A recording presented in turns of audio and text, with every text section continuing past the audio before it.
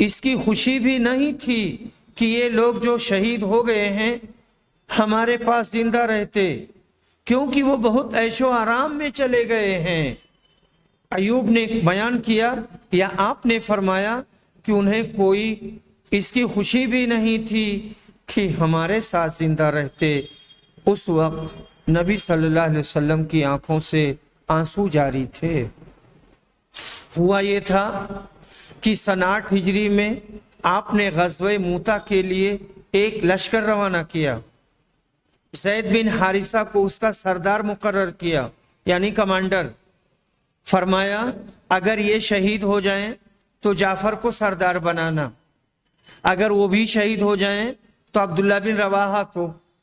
اتفاق سے ایک کے بعد دیگرے یہ تینوں سردار اور کمانڈر شہید ہو گئے، اور خالد بن ولید نے آخر میں افسری جھنڈا اٹھا لیا تاکہ مسلمان ہمت نہ ہاریں، کیونکہ لڑائی سخت ہو رہی تھی۔ وہ ان کے لیے نبی اکرم نے کچھ نہیں فرمایا تھا۔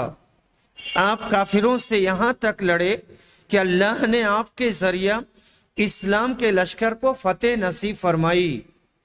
دوسری روایت میں ہے کہ آپ نے خوش ہو کر خالد کے حق میں کہا کہ وہ اللہ کی تلواروں میں سے ایک تلوار ہے۔ باب فضل من يسرع في سبيل الله فمات فهو منهم۔ اگر کوئی شخص جہاد میں سواری سے گر کر مر جائے تو اس کا شمار بھی مجاہدین میں ہوگا۔ اس کی فضیلت کا بیان، اور سورہ نساء میں اللہ کے اس فرمان کی تفسیر وَمَنْ يَخْرُجْ مِنْ بَيْتِهِ مُهَاجِرًا إِلَى اللَّهِ وَرَسُولِهِ ثُمَّ يُدْرِكْهُ الْمَوْتُ فَقَدْ وَقَعَ أَجْرُهُ عَلَى اللَّهِ۔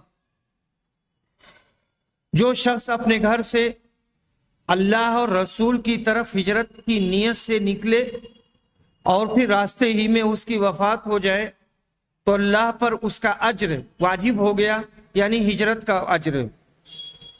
کہتے ہیں ایک شخص زمرہ نامی جو مسلمان تھا مکہ میں رہ گیا تھا۔ جب یہ آیت اتری الم تکن ارض اللہ واسعۃ فتہاجروا فیہا، سورہ نساء آیت نمبر 98، کیا اللہ کی زمین کشادہ نہیں ہے، فراخ نہیں ہے کہ تم اس میں ہجرت کر جاؤ؟ یہ آیت سن کر انہوں نے بیماری میں مدینہ کا سفر شروع کیا، مگر راستے ہی میں ان کی موت ہو گئی۔ اس وقت یہ آیت نازل ہوئی۔ جہاد بھی اس پر قیاس کیا جا سکتا ہے کہ کوئی شخص جہاد کو نکلے مگر راستہ میں اپنی موت سے مر جائے تو اس کو بھی مجاہدین کا ثواب ملے گا اور وہ عند اللہ شہیدوں سے لکھا جائے گا۔ اور مشہور حدیث انما لکل امرئ ما نوی سے بھی اس کی تائید ہوتی ہے۔ ہجرت اپنا دین ایمان بچانے کے لیے دارالحرب سے دارالاسلام میں چلے جانے کو کہتے ہیں، اور یہ قیامت تک کے لیے باقی ہے۔ حدیث نمبر 2799 2800۔ انس بن مالک روایت کرتے ہیں، ان سے ان کی خالہ ام حرام بنت ملحان بیان فرماتی ہیں کہ ایک دن نبی صلی اللہ علیہ وسلم میرے قریب ہی سو گئے، پھر جب بیدار ہوئے تو مسکرا رہے تھے۔ میں نے کہا کہ آپ کس بات پر ہنس رہے ہیں؟ آپ نے فرمایا میری امت کے کچھ لوگ میرے سامنے پیش کیے گئے جو غزوہ کرنے کے لیے اس بہتے دریا پر سوار ہو کر جا رہے تھے، جیسے بادشاہ تخت پر بیٹھتے ہیں نہایت اطمینان کے ساتھ، سکون کے ساتھ، جیسے بادشاہوں کو کوئی وہ نہیں ہوتا ہے، ویسے یہ لوگ بھی جا رہے تھے۔ میں نے عرض کیا پھر آپ میرے لیے بھی دعا کر دیں، اللہ تعالیٰ مجھے بھی انہی میں سے بنا دے۔ آپ نے ان کے لیے دعا فرمائی، پھر دوبارہ آپ سو گئے، اور آپ پہلے کی طرح اس مرتبہ بھی کیا، یعنی بیدار ہوئے، مسکرائے۔ ام حرام نے پہلے ہی کی طرح اس مرتبہ بھی عرض کی اور آپ نے وہی جواب دیا۔ حرام نے عرض کیا آپ دعا کر دیں کہ اللہ تعالیٰ مجھے بھی انہی میں سے بنا دے۔ تو نبی صلی اللہ علیہ وسلم نے فرمایا تم سب سے پہلے لشکر کے ساتھ ہوگی۔ چنانچہ وہ اپنے شوہر عبادہ بن صامت کے ساتھ مسلمانوں کے سب سے پہلے بحری بیڑے میں شریک ہوئی۔ معاویہ کے زمانے میں غزوہ سے لوٹتے وقت جب شام کے ساحل پر لشکر اترا تو حرام کے قریب ایک سواری لائی گئی تاکہ اس پر سوار ہو جائیں، لیکن جانور نے انہیں گرا دیا اور اسی میں ان کا انتقال ہو گیا۔ انبیاء کے خواب بھی وحی اور الہامی ہوتے ہیں۔ آپ نے خواب میں دیکھا کہ آپ کی امت کے کچھ لوگ بڑی شان اور شوکت کے ساتھ بادشاہوں کی طرح سمندر پر سوار ہو رہے ہیں۔ آخر آپ کا یہ خواب پورا ہوا اور مسلمانوں نے عہد معاویہ میں بحری بیڑا تیار کر کے شام پر حملہ کیا۔ ترجمہ باب اس طرح نکلا کہ حرام جانور سے اگرچہ گر کر مری مگر نبی اکرم نے ان کو مجاہدین میں شامل فرمایا اور انت من الاولین سے آپ نے پیش گوئی فرمائی۔ باب من ينكب ويطن فی سبیل اللہ، جس کو اللہ کی راہ میں تکلیف پہنچے یعنی اس کے کسی عضو کو صدمہ پہنچے تو اس کا بھی اسے ثواب ملے گا۔ حدیث نمبر 2801، حضرت انس روایت کرتے ہیں کہ نبی اکرم صلی اللہ علیہ وسلم نے بنو سلیم کے 70 آدمی جو قاری تھے بنو عامر کے یہاں بھیجے۔ جب یہ سب حضرات بیر معونہ پر پہنچے تو میرے ماموں حرام بن ملحان نے کہا میں بنو سلیم کے یہاں آگے جاتا ہوں، اگر مجھے انہوں نے اس بات کا امن دے دیا کہ میں رسول اللہ صلی اللہ علیہ وسلم کی باتیں ان تک پہنچا دوں تو بہتر، ورنہ تم لوگ میرے قریب تو ہو ہی، ہمیں بچا لینا، ہمارا دفاع کرنا۔ چنانچہ وہ ان کے یہاں گئے اور انہوں نے امن بھی دے دیا۔ ابھی وہ قبیلہ کے لوگوں کو رسول اللہ صلی اللہ علیہ وسلم کی باتیں سنا ہی رہے تھے کہ قبیلہ والوں نے اپنے ایک آدمی کو اشارہ کیا، اس کا نام عامر بن طفیل تھا، اور اس نے آپ کے جسم پر برچھا پیوست کر دیا جو آر پار ہو گیا۔ اس وقت ان کی زبان سے نکلا اللہ اکبر، میں کامیاب ہو گیا، کعبہ کے رب کی قسم۔ اس کے بعد قبیلہ والے حرام کے دوسرے ساتھیوں کی طرف جو 70 کی تعداد میں تھے بڑھے اور سب کو قتل کر دیا۔ البتہ ایک صاحب جو لنگڑے تھے پہاڑ پر چڑھ گئے۔ حمام راوی حدیث نے بیان کیا میں سمجھتا ہوں کہ ایک صاحب اور ان کے ساتھی پہاڑ پر چڑھے تھے، عمرو بن امیہ دمری۔